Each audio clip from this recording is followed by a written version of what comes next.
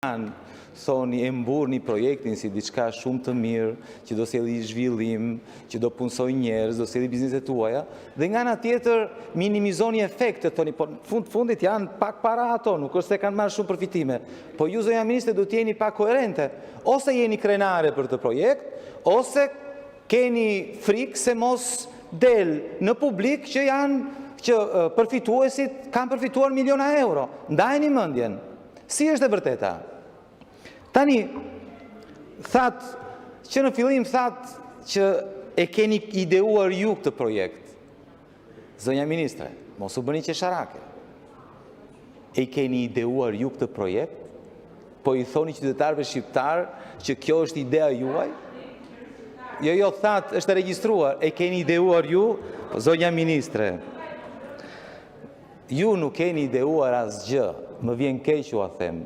Dhe ju nuk keni vendosur asnjë gjë.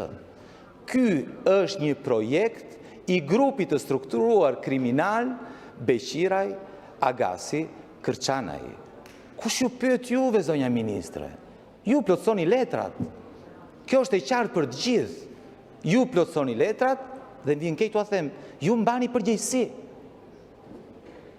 Ky është një projekt totalisht në shërbim të bandës kriminale, zonja ministre. Totalisht. Dhe problemi është që tani ju kapën, sepse ju mendonit që mund të bënit çfarë donit. Kishit pushtet absolut. Drejtësia nuk ishte për t'ju prekur. Kjo është arsyeja, zonja ministre, pse tani nuk dini më nga t'ja mbani. Dhe vini këtu o bobo, prit, shikojmë. Ore, sa veta kanë përfituar? E disi shkjo puna? Si puna atyre tenderave që bëni, dhe kur u kapin, veni me një shkoni letra, sa kanë marë. Për një prej tyre ishi miliona euro, o sheja nëse zgaboj para shumë vitesh, kishte marë 1,5 milion euro në gjë e tillë për një projekt, ishte ajo kompania e famshme dhe Albania, i rikthyet ato para, ju kujtohet apo jo? I rikthyen parat, shpejt, se na kapën. Është e njëjta gjë, ju nuk dini më nga t'ja mbani. Kjo është e vërteta, zonja ministre. Problemi është në fakt që ju nuk i shmangni dot përgjegjësinë, zonja ministre. Nuk keni çfarë të bëni.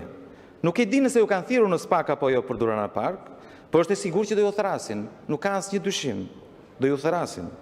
Sepse ashtu siç e di dhe dini shumë mirë ju, edhe pranua tani, ka një gjë tjetër që ju nuk thatë. Sa pajisje janë importuar në Shqipëri, zonja ministre, nga këto kompanit që duhet të veni në Durrana Park? Sa prej tyre kanë shmangur pagesën e TVSH-s? Dhe kjo ishte arsyeja pse unë e bëra interpelancën me Ministrin e Financave. Po Ministri i Financave o kaloi topin juve, tha se juve prandaj ju kanë marrë aty, për të punë nuk kanë marrë. Për të dhënë përgjegjësinë, jo vendimarrjen, përgjegjësinë. Dakor? Këtë doja të dija, sepse do ju pyesin në SPAK, do ju thonë, kjo kompani e regjistruar fiktivisht në Durrana Park, ka importuar kaq, dhe nuk ka paguar TVSH-n. Nuk do pagon të TVSH-n, sepse atë pajisje do ta çonte në Durrana Park. Po nëse nuk ekziston Durrana Park, ku e ka çuar të pajisjen? Si është e mundur që i keni dhënë të lehtësi? Për këtë ju duhet jepni përgjigje në SPAK, zonja ministre. Si gjithë të tjerët. Do veni dhe ju, si gjithë të tjerët. Shumë shpejt. Do ta shikoni.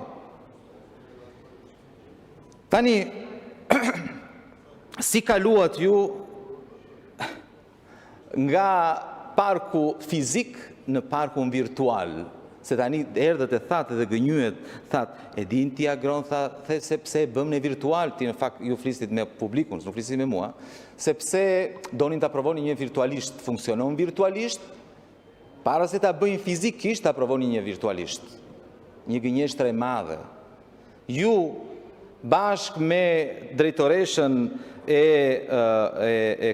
korporatës shqiptare të investimeve, u bët bashk, dhe vendosët ta bënit virtual, sepse u thanë, na duhet tani, duhet të përfitojmë.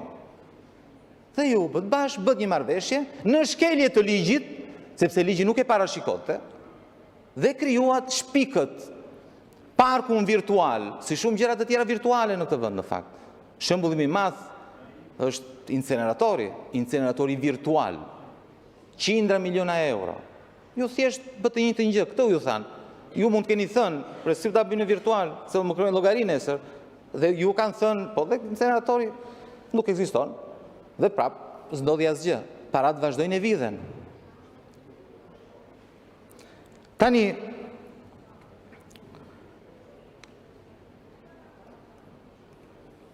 e vërteta është në fakt, zonja ministre, që unë po u bie në qafë kot.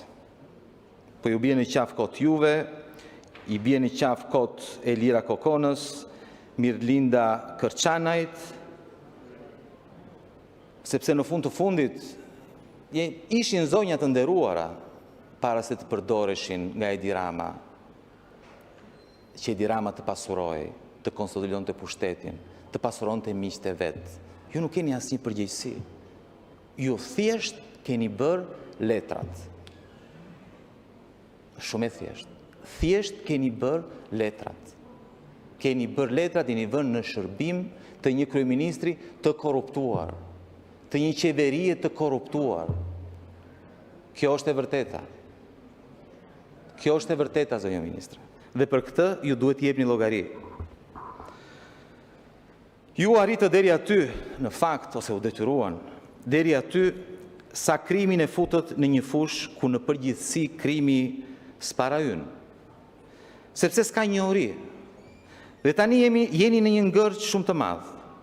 Sepse pardje vetë kryeministri doli dhe tha: është e pa imagjinueshme që të fikim i Albania. Në fakt, është e vërtet. S'mund të fiket i Albania. Por nga ana tjetër kemi një problem shumë të madh, që i Albania vazhdon të jetë në duart e një grupi të strukturuar kriminal. Të gjitha të dhënat tona janë në duart e një grupi të strukturuar kriminal. Të gjitha. Ky është problemi. Janë të dhënat e shqiptarëve, çdo lloj të dhëne, edhe tuajat, edhe të familjarëve tuaj, të miqve tuaj. Të gjitha janë, të gjitha të dhënat janë në duart e këtyre. Në duart e grupit të strukturuar kriminal. Ky grupi strukturuar kriminal di gjithçka mbi pronat tuaja, mbi shëndetin tuaj, mbi shëndetin e fëmijëve tuaj, mbi arsimin tuaj, janë gjitha.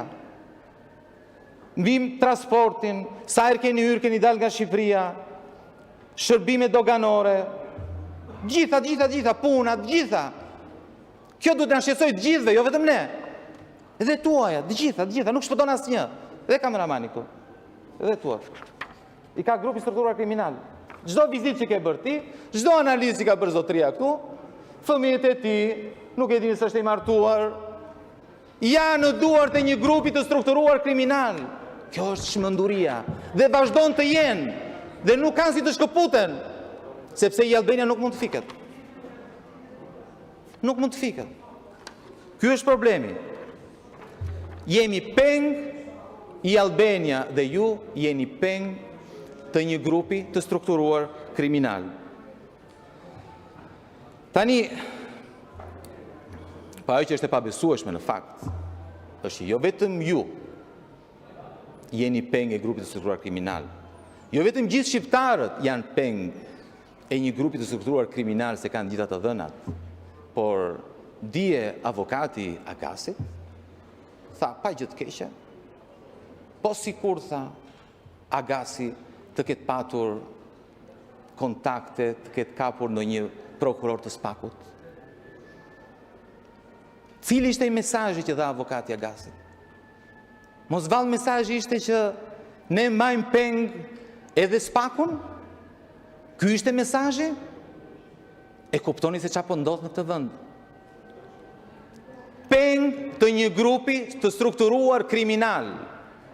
Të gjithë. Ky është problemi. Dhe kjo nuk i bën përshtypje askujt.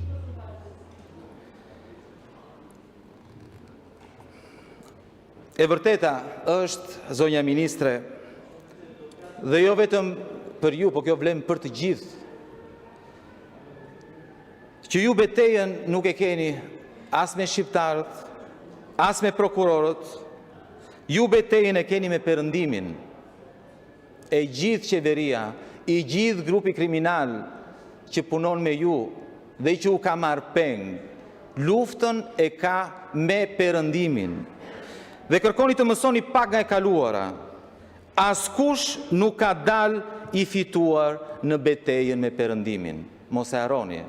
Askush nuk ka fituar kundër perëndimit. Nuk fitohet kundër perëndimit. Sa më shumë mundojni, aq më shumë do zhyteni. Shikoni se ç'a ndodhi me Veliajn. Shikoni se çfarë ndodhi me Belinda Ballukun.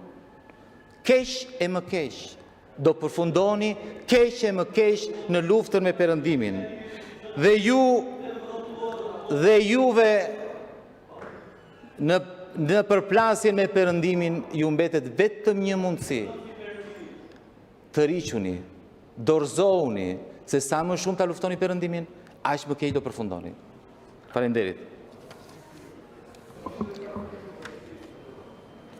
Zonja Ibrahimar, nëse kërkoni të shpreheni përsëri në mbështetje të Nenit 96.5 rregullores. Okej.